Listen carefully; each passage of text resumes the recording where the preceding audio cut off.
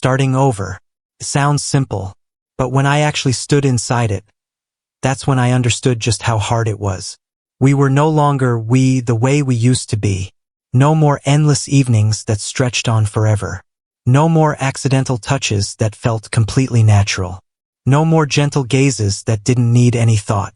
Instead, there was distance, clearly drawn, and carefully maintained. "You done studying?" Gage asked, eyes still on his laptop. "Almost," I answered. We were in the library, at the same table, but each of us in our own corner. No touching, no crossing the line. "Do you understand this part?" He slid his notebook toward me. I leaned down to look. It was a psychology analysis. "Not really," I admitted. Gage nodded. "Let me explain." He started talking. His voice was still the same. Calm, clear, a little slow. I didn't catch every word of the content. I was listening to him, to the way he chose his words, to the way he paused to make sure I understood, to the way he still treated me with kindness, even though I didn't deserve it. "Got it now?" Gage asked. I blinked. "Yeah," I said. He looked at me, slightly skeptical. "Really?" I smiled faintly. "Not really." Gage sighed, but not in annoyance, just patience. "Okay, listen again." And he explained it once more. Moments like that, small ones, but enough to make me realize one thing. I didn't just like Gage. I admired him. We started talking more, but we always kept it measured. Not too deep, not too close, like two people learning how to walk on a tightrope. Careful with every step. "Have you ever regretted it?" Gage asked one day. We were walking across campus. The distance between us, just enough so we wouldn't touch. "Regret what?" "Everything," he said. I didn't need him to explain. "I do regret it," I answered, without hesitation. "Because it got found out?" Gage asked. That question. Sharp, but fair. "No," I shook my head. "Because I did it in the first place." Gage stayed quiet for a moment. "So why did you still do it?" he asked. I smiled bitterly. "Because I thought it wouldn't affect me." Gage looked at me. "And you were wrong." "Yeah," I nodded. "I was wrong." A light wind blew. Leaves rustled. A quiet afternoon. "Have you ever thought," Gage said slowly, "that if there hadn't been that bet, we might have turned out different?" That question made me stop. I looked at him. For a long time. "Yes," I said. "And I think I would still have noticed you," I told the truth. "It's just, I might not have had the courage to get close." Gage frowned. "You? Not courageous." "I'm not good with things that are real," I said. "I'm good at games. Things with rules. With wins." "But emotions don't have rules," Gage said. "Yeah," I smiled faintly. "And that's why I ruined it." We kept walking, without saying anything else. But this time, the silence wasn't distant. Everything moved slowly, very slowly. There were good days, and days that weren't. There were times Gage smiled at me. There were times he became distant again. And I learned to accept all of it, without forcing anything, without rushing. Then one day, I realized I had stopped counting time. I no longer thought, how long until he forgives me? I no longer waited for a specific moment. I just was there, with him. "Do you remember that night?" Gage asked suddenly. We were sitting in an empty classroom. "Which night?" "In your room," he said. My heart stopped. "Yeah," I answered. "You almost kissed me," Gage said. There was no clear emotion in his voice, just a fact. "Yeah," I repeated. "Because of the bet?" he asked. I looked at him, straight. "No," I said. No hesitation, no dodging. Gage stayed silent. "I wanted to," I continued. "Not to win, not to prove anything. Just, I wanted to. The air grew still. So why did you stop? Gage asked. A question I had asked myself many times. Because I was scared, I said. You? Scared? Yeah, I nodded. I was scared that if I did it, then it wouldn't be a game anymore. Gage looked at me. And you didn't want that? I didn't know, I said honestly. But now, I wish I hadn't stopped. Gage inhaled softly, as if my words touched him. Don't say things like that, he said. Why? Because I don't know if I should believe them. I nodded. I understand. I didn't move closer. I didn't touch him. I didn't break the boundary. I just sat there, with him. But, Gage said quietly, I want to believe you. My heart pounded hard. I looked at him, but I didn't say anything. Because this time, I didn't want to say beautiful words. I wanted to prove it. And maybe, that was the first time we truly started over. I began to understand something I had never thought about before. Trust doesn't come from words. It comes from repetition. Small actions. Repeated. Long enough. I stopped trying to impress Gage. No more perfect lines. No more calculated gestures. Just, when he needed help, I was there. When he wanted quiet, I stepped back. When he smiled, I did nothing to break it. One evening, we watched a movie again. Not in my room, but in the dorm common room. People around us. Bright lights. A safe space. Gage was the one who suggested it. I think this way will be easier, he said. I understand, I replied. And I really did. We sat next to each other. Not too close, but closer than before. The movie played. This time, I didn't deliberately touch him. I didn't test the limits. I just watched the movie. Halfway through, I felt something. Very light. Very gentle. Gage's shoulder touched mine. Not by accident. But not obvious either. It was just there. I didn't react. I didn't turn. I didn't do anything. I just let it happen. And a few minutes later, he didn't pull away. That moment, small.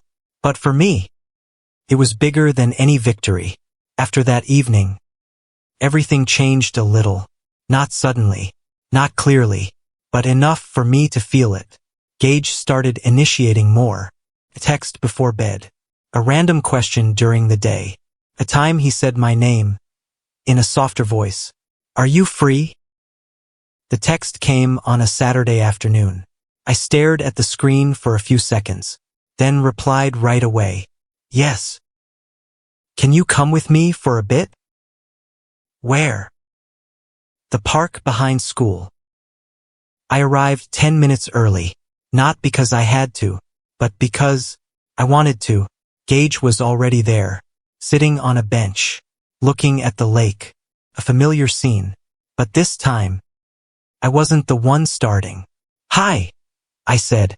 Hi, he replied. I sat down. The distance between us, closer than before. You called me out here. Is there something? I asked. Gage stayed quiet. For a while. I'm trying to understand something, he said. What? You. I smiled faintly. Good luck with that. Gage didn't smile. I'm serious. I know, I said. You've changed, Gage said. Yeah. But I don't know if it's real or just another part of the game. That sentence didn't hurt me because I understood. I can't prove it with words either, I said. Only time can. Gage nodded. And if one day I get hurt again? He asked. I looked at him. This time, I didn't promise. I didn't say I'll never. Because I knew I couldn't control everything. Then I'll be the one who takes responsibility, I said. Gage looked at me, as if weighing my answer. You don't say perfect things anymore, he said. I'm learning. I smiled faintly. And I think I like that more. My heart tightened a little. A light wind blew across the lake. Afternoon sunlight reflected on the water. Peaceful moment. "There's one thing I want to ask," Gage said. "I'm listening. Do you still talk to your friends about me?" I knew what he was asking. "No," I said. "No more bets. No more stories about you between us." "What do they think?" "I don't care." Gage looked at me. "You used to care a lot." "Yeah," I nodded. "But not anymore." Silence. "But not heavy." "I still can't trust you completely," Gage said. "I know. And I'm not sure I can go back to how it was before." "I don't want it to be like before either," I said. Gage frowned. "What do you mean?" "I want it to be better than before," I said. "Not going back to the old place, but doing it right this time." Gage didn't answer, but he didn't object. "Can you come a little closer?" he asked softly. My heart pounded. I looked at him, waiting for confirmation. He nodded, very lightly. I moved closer, slowly. No rush, no crossing lines. Just closer. Our shoulders touched. This time, not by accident. Gage didn't pull away. Neither did I. We sat there, saying nothing, just looking at the lake. But inside, everything was changing. And for the first time, I felt maybe I hadn't lost him completely. Something strange happened after that afternoon in the park. I no longer felt like I had to try. Not because everything was fixed, but because we had started to understand each other more. Gage no longer avoided me. Not completely. He still kept distance, still careful, but he no longer ran. And I learned to stay beside him without asking for more. "Want to grab something to eat?" I asked one day after class. Gage looked at me, a little surprised. "Just eating," I added quickly, before he could misunderstand. "Not a date. No pressure." He thought for a few seconds, then nodded. "Okay." We went back to the old burger place, where everything had once been very different. The staff were the same. The space was the same. Only we weren't the same anymore. "You're still ordering the same thing?" I asked when I saw Gage pick his usual. "Yeah," he shrugged. "I like familiar things." I smiled faintly. "I guess I'm not on that list." Gage looked at me. 1 second. 2 seconds. "Not exactly," he said. That answer wasn't clear, but enough for me to hold on to hope. We ate. We talked. Not deep, but real. "I've been thinking about what you said," Gage said suddenly. "About what?" "About you saying you wanted to kiss me." My heart stopped. "Yeah," I answered. "Do you still want to?" That question made me unable to breathe for a few seconds. I looked at him, straight, no dodging. "Yes," I said. No more. No explanation. Just the truth. Gage didn't react right away. He just looked at me, as if weighing not my answer, but his own feelings. "But this time," I added, my voice slowing, "I won't do it if you don't want me to." Gage nodded. "Yeah." Neither of us brought it up again. But the air between us had changed. After we finished eating, we walked back to the dorm. It was dark. Streetlights glowed softly yellow. The air was cool. "Have you ever thought," Gage said, "that this whole thing might not end well?" "I have," I said. "And I still want to try." Gage looked at me. "Aren't you scared?" "I am scared," I said honestly. "But I'm more scared of losing you." Gage stopped. I stopped too. "You shouldn't say things like that," he said. "Why?" "Because I don't know what to do with them." I smiled faintly. "You don't have to do anything." "Then why say them?" "I don't know," I said. "Maybe because I don't want to keep them inside anymore." Silence. But not heavy.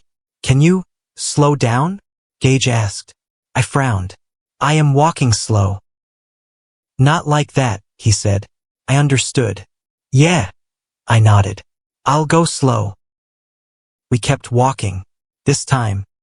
Slower. When we reached the dorm entrance, we stopped.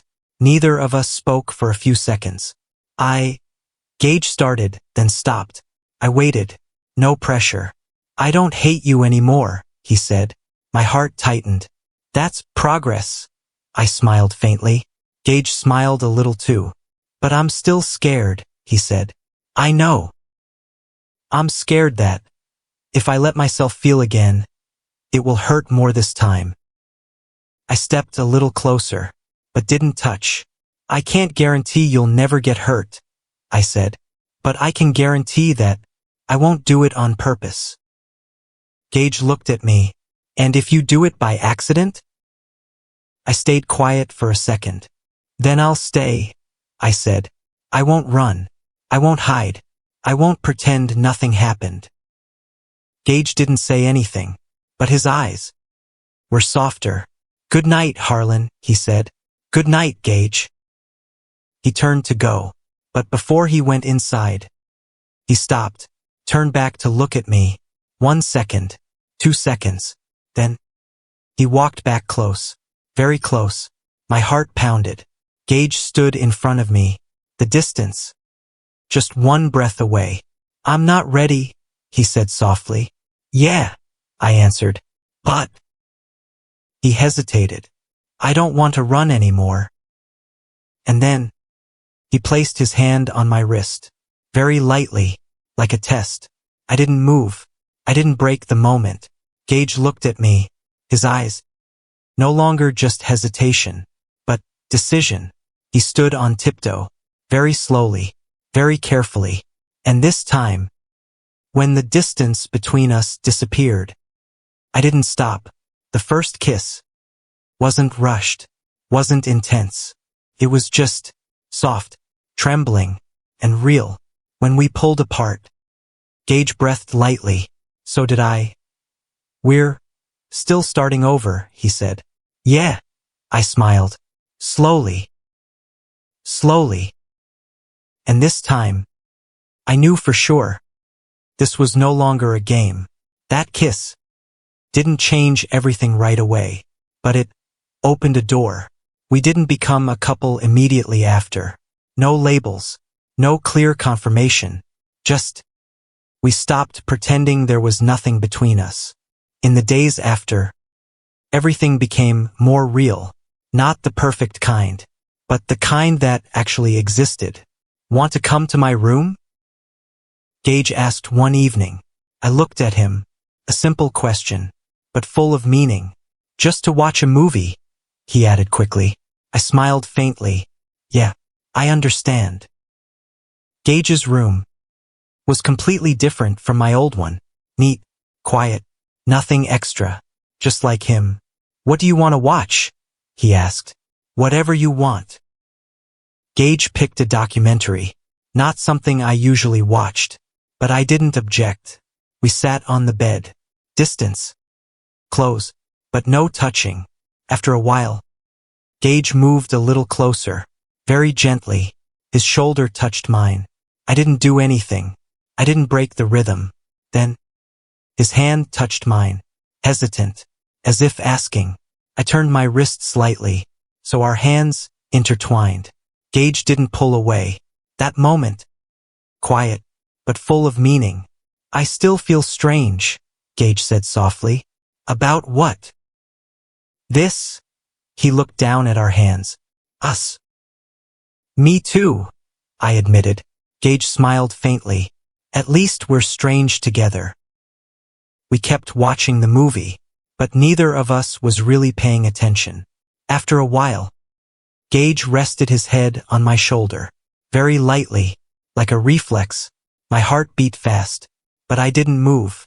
I just let him stay there. I don't hate this feeling, he said. Yeah, I answered. Me neither. Nothing rushed, nothing forced, just step by step. But Not everything was easy. One day, I saw Gage standing and talking to someone else. A guy, tall, confident, smiling a lot. They stood close, talking comfortably. A strange feeling rose inside me, not pleasant. Who was that? I asked when we met later. Gage looked at me. The guy this afternoon. Oh, he said. Classmate. Name's Liam. I've never seen you talk to him before. We just got assigned a project together. I nodded, but that feeling didn't go away. Are you upset? Gage asked. I froze. No. An answer not entirely true. Gage looked at me. You're doing the thing you hate, he said. What thing? Not being honest. I exhaled. He always saw right through me. Yeah, I admitted. I'm a little upset. Why? I don't know, I said. Maybe I'm not used to it. Not used to what? You being close to other people. Gage stayed quiet for a while. We're not a couple, he said. I know. So you have no right to be jealous. I know. But that didn't make the feeling disappear. But I don't want you to feel like that either, Gage said. I looked at him. So what are we? I asked, a question we had been avoiding. Until now. Gage didn't answer right away. He looked down, thinking. I don't know, he said. An honest answer. But I know, he continued. I don't want you to be the person you were before. I don't want that either. And I don't want to be just a part of your change process. That sentence made me silent. I'm not, I said. I want to believe that, Gage replied. Silence. So, we just keep going like this? I asked. Yeah, he nodded. Until we understand more clearly. I nodded. Not perfect, but enough. That night, when I left his room, I realized one thing. Love isn't the destination. It's the process. And this time, I was ready to walk the whole road. There's one thing I've never told anyone. Before, I always thought love was something that came fast. Fast like the way people get attracted to each other. Fast like the first glances. Fast like short nights and promises that didn't need to be kept. But with Gage, everything was slow. So slow that sometimes it made me lose patience. But precisely because of that, it was real. We continued. No labels. No clear definition. Just day after day. Until one day, everything was tested again. I heard you and that guy are still seeing each other. Mason said, voice not too loud but loud enough for me to hear clearly. We were standing outside the schoolyard. I didn't answer right away. Yeah, I said. You're not tired of it yet? He asked. I looked at him. For the first time. That question really bothered me. No. Mason sighed. Listen, Harlan, he said, voice lowering. I'm not saying this to mess with you. But are you sure this is a good idea? What do you mean? You hurt him once already, Mason said. And you're not exactly the stable type. I smiled bitterly. Thanks for the trust. I'm being realistic, he replied. You can change for a while, but long term. That question. This time I couldn't ignore it. I don't know, I said. Mason frowned. But I know one thing, I continued. I don't want to go back to how I was before. Just because of one person? Yeah. Mason stayed quiet for a while. Then don't mess this one up, he said. I won't. This time, I didn't say it like a promise, but like a decision. But that conversation didn't end there. A few days later, Gage found out. You're still talking to them about me? He asked when we were in the library. His voice. Not angry, but wary. No, I said immediately. But they still know, Gage said. I froze. Who did you hear it from? Not important, he replied. What matters is, they're still talking about me. I clenched my fists. Mason, I said. Gage wasn't surprised. I don't want to be their topic, he said. I understand. But it seems I don't have a choice. I stood up. Where are you going? Gage asked. I'm handling this. I don't need you to. No, I cut him off. This time I need to. I found Mason that same afternoon. He was at the usual cafe. We need to talk. I sat down opposite him. What's up? Stop mentioning Gage, I said. Direct. No beating around the bush. Mason frowned. What do you mean? Don't talk about him to anyone, I said. No jokes. No gossip. No bets. It was just. No, I cut him off. There's no more just duh. The air grew tense. You're serious? Mason asked. Yeah. He looked at me. For a long time. Fine, he said finally. I'll stop. I nodded. But I didn't get up right away. And Mason. What? I'm not the old me anymore. He smiled faintly. We'll see. I didn't argue. Because I knew. I didn't need to prove it to him. I went back to find Gage. He was still in the library. I talked to them, I said as I sat down. Gage looked at me. And they'll stop. He didn't say anything, just looked at me. I know that doesn't erase anything, I said. But I don't want you to have to endure anything more because of me. Silence. Thank you, Gage said softly. A simple sentence. But for me, it meant a lot. We sat there, not saying much. But this time, there was no distance. You know, Gage said after a while, I'm still scared. I know. But I also don't want to stop. I looked at him. My heart beat slower. Then don't stop, I said. Gage smiled faintly. You always make everything sound so simple. No, I shook my head. I just don't want to make it more complicated. Silence. Then, Gage reached out his hand. No hesitation like before. I took it. Can we give it a name? He asked. My heart pounded. What name? Gage looked at me, his eyes no longer avoiding. Us, he said. For a moment, I couldn't speak. Then, I think we can, I said. Then, Gage breathed lightly. Are we dating? I smiled. Not the usual smile, but real. Yeah, I said. We're dating. Gage smiled softly. And this time, no bet, no game, just two people. I can't promise I'll be perfect, I said. Me neither, Gage replied. But I promise I'll stay. Gage squeezed my hand lightly. That's enough. And for the first time, I understood. The real victory isn't making someone like you. It's learning to love someone without turning it into a game.